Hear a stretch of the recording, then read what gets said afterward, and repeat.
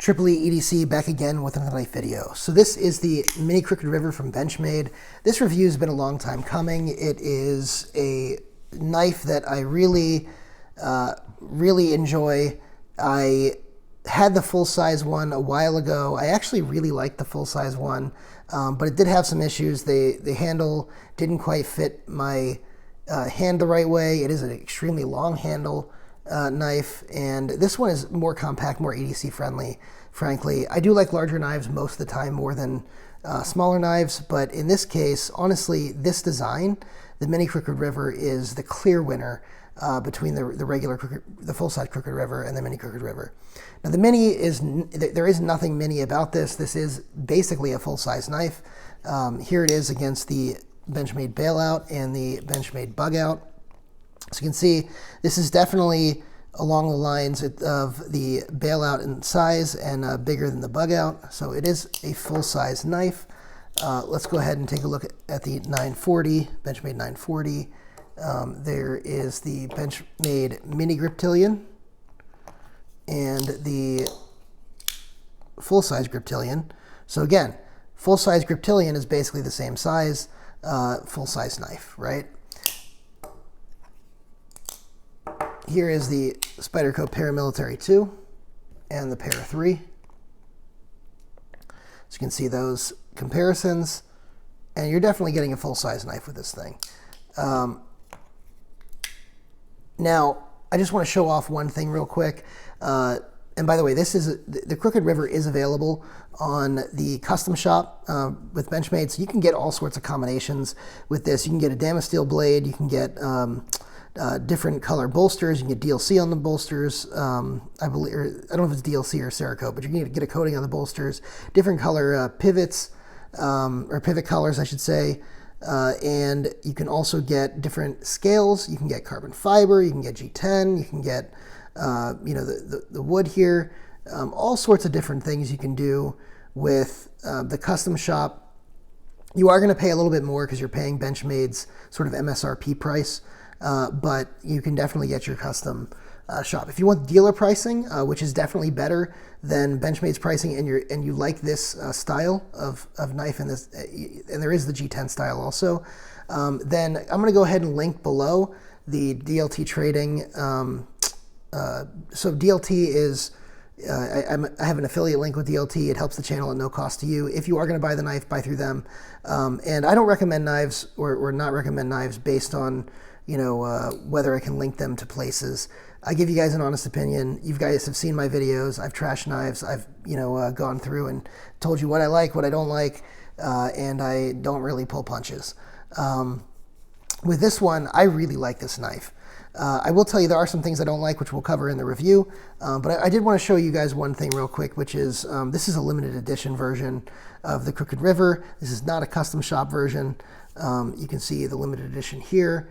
It was the Ultimate Experience 2018. I did not go on the Ultimate Experience. I picked this up from someone else, but the Ultimate Experience had this as sort of a knife. This has been used, as you can see. There is some wear on this knife. So, you know, that is what it is. It is S30V. It's not really, like, you know, upgraded in other ways. It's really only upgraded with the coating, the different color pivot color. And this is micarta, which is something that isn't available on any other Crooked River that I'm aware of. So this is the only Crooked River that I'm aware of that actually has micarta. It's not an option in the custom shop. So just thought that was pretty cool, something I would share with you guys. Again, I'm happy with that. All right, back to the original here. And again, this comes generally, the production models come in this these diamond wood scales, and they also come in a G10. The G10 is like a grayish G10, and I believe the pivot colors are a little bit different on that one. I think the backspacer is a different color on that one, but it does look a little bit different as a result. This combination they have here, this is the Hunt series, so it's not surprising that the Hunt series is going to have basically a Hunter Orange here. It's to help you find the knife. It's also, you know, a visual cue for the Hunt series. The diamond wood scales here also evoke the Hunt series. And what they're going for, obviously, is an aesthetic that evokes the Buck 110, right? The Buck 110 is the classic folder, has a bolster, has wood scales, has a clip point blade. You know, this is a modern take on the Buck 110. It's just everything about the Buck 110 made nice, made modern, and give it an axis lock, but give it an upgrade in steel, upgrade in materials, because these are aluminum bolsters, by the way. I like the combination they did here. They didn't go overboard, because this is a knife that's meant to be used. This is not a knife that's meant to sit on a shelf. So they didn't go overboard. They have S30V as the steel, which is the super steel of yesteryear, and it is more than adequate. A lot of people think that if you don't have M390 or 20CV or something of that level, that it's not worth buying. That is not true. The S30V, there's a reason Spyderco and Benchmade use S30V as a standard steel. It is a good steel that is more than adequate. And when I say more than adequate, like more than adequate for the vast majority of people that are going to be buying these knives. And that includes knife enthusiasts. Unless your job is cutting down cardboard all day, S30V is going to be absolutely fine for you. S30V is going to have a good balance of the different properties of steel: edge retention, toughness, and ease of sharpening, and corrosion resistance. It's just going to have a good balance of those different properties. So the diamond wood scales are sort of a pressed and treated wood. So these are not going to expand and contract like normal wood. If you've ever had wood scales on a fixed blade, you've probably noticed that you're going to have wood that expands and contract. You get gapping after a while and different things. You shouldn't get that with here, because this is a pressurized and treated wood, and it's a laminate, so it's not something that is going to be affected by the weather as easily. I can't say it would never get affected, but you shouldn't have any problems. The fit and finish on Benchmades have been pretty good since about 2018-ish. They went through a period in 2017 where they weren't doing too well in QC, but by the time this came out, they had mostly fixed those issues. Today I don't necessarily think there's any issues that they have in QC other than just the random stuff that ends up popping up by virtue of just the sheer number of knives they churn out, right? There's always going to be some mixed in that are problematic, that fall through the QC. That just happens with numbers. The clip on this is the split arrow clip. Some people don't like it. They say it looks like something else. You can use your imagination. But I like the split arrow clip. I think it works great. I don't think it looks as much like that as people say. But if you don't like it, Benchmade will send you out a new clip. Just, look, don't tell anyone, but this is essentially how to get a new clip. Tell them you have a different model, that has the clip that you want, and tell them that you need a clip for that model. If you tell them you want a different clip for this model, they're not going to give it to you. I don't really have an issue with that with Benchmade, because I have so many models for Benchmade that I really do own all the models that I say I need clips for. So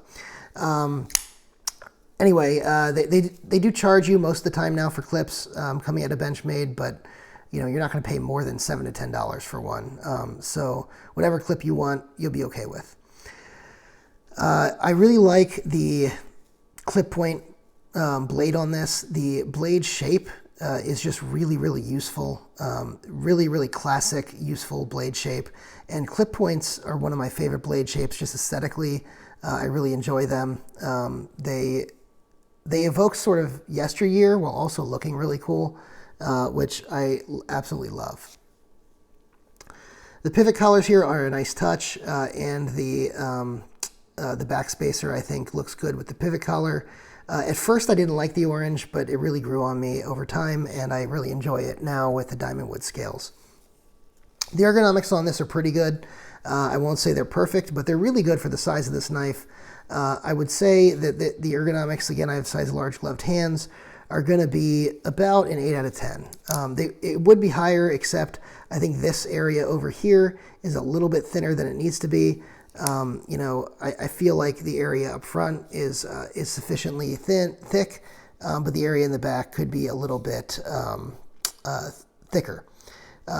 That being said, you see where the 3 fingers fall. It's a pretty neutral handle, other than your pointer finger being told where to go.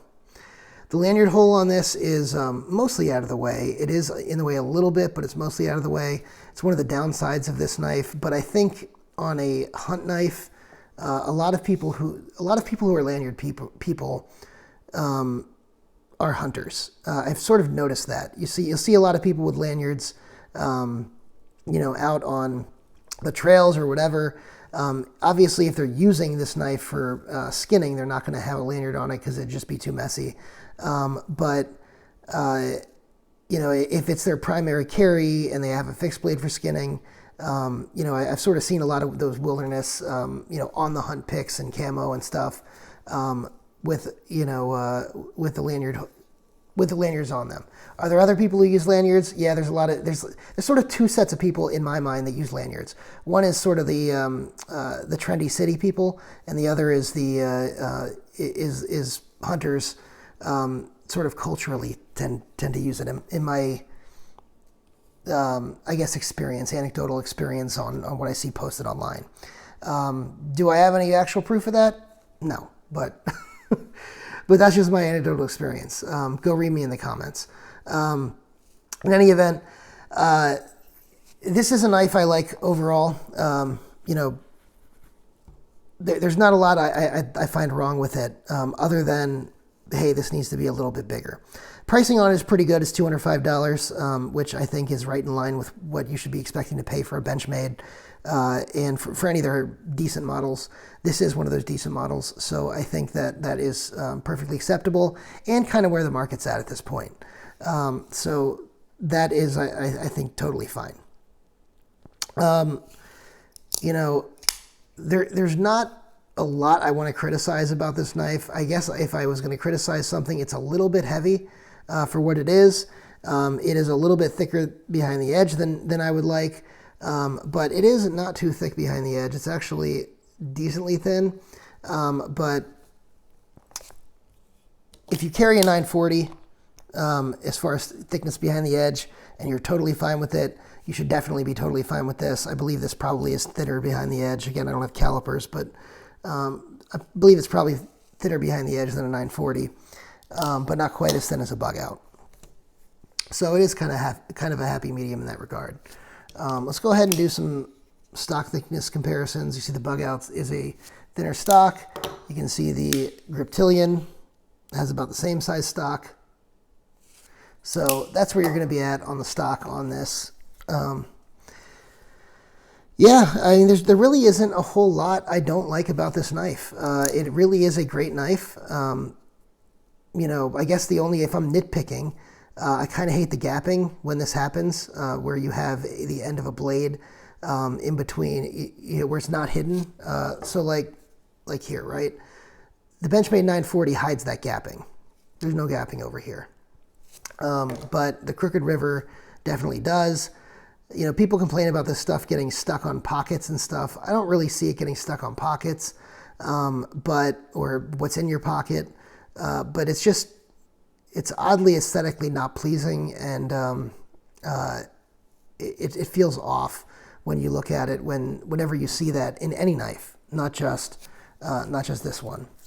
It bothers me in the Spydercos, the Delica, the Endura, the Indela. This is the Indela, right? It bothers me in those knives. It bothers me in many, many knives that have that. I'm just sort of looking around for a few that may have it, but there are a lot of other knives that do that, and I just don't like it.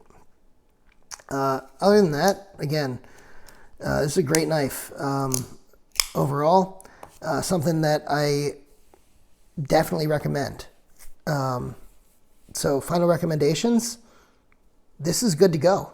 If you like the style of it, if you are looking for something in this price range, this is highly recommendable. And, would it be my first choice? it wouldn't be my first choice in this price range. I definitely think, you know, one of the upgraded Griptilian models is going to be my first choice, or the Benchmade Bailout is going to, you know, be a choice that I would have before this one. As far as just sort of things in Benchmade's line, I also tend to like the Spyderco Shaman a little bit in this price range more than the Mini Crooked River. But if you like the wood scales and the blade shape, the clip point, this is the knife to get in this price range. It's great. So thank you guys for watching. Go ahead and hit that like button, hit the subscribe, hit the notification bell. Tell me what you think of the Mini Crooked River down below, or, you know, go read me in the comments for the lanyard comments. Thank you guys for watching. Bye.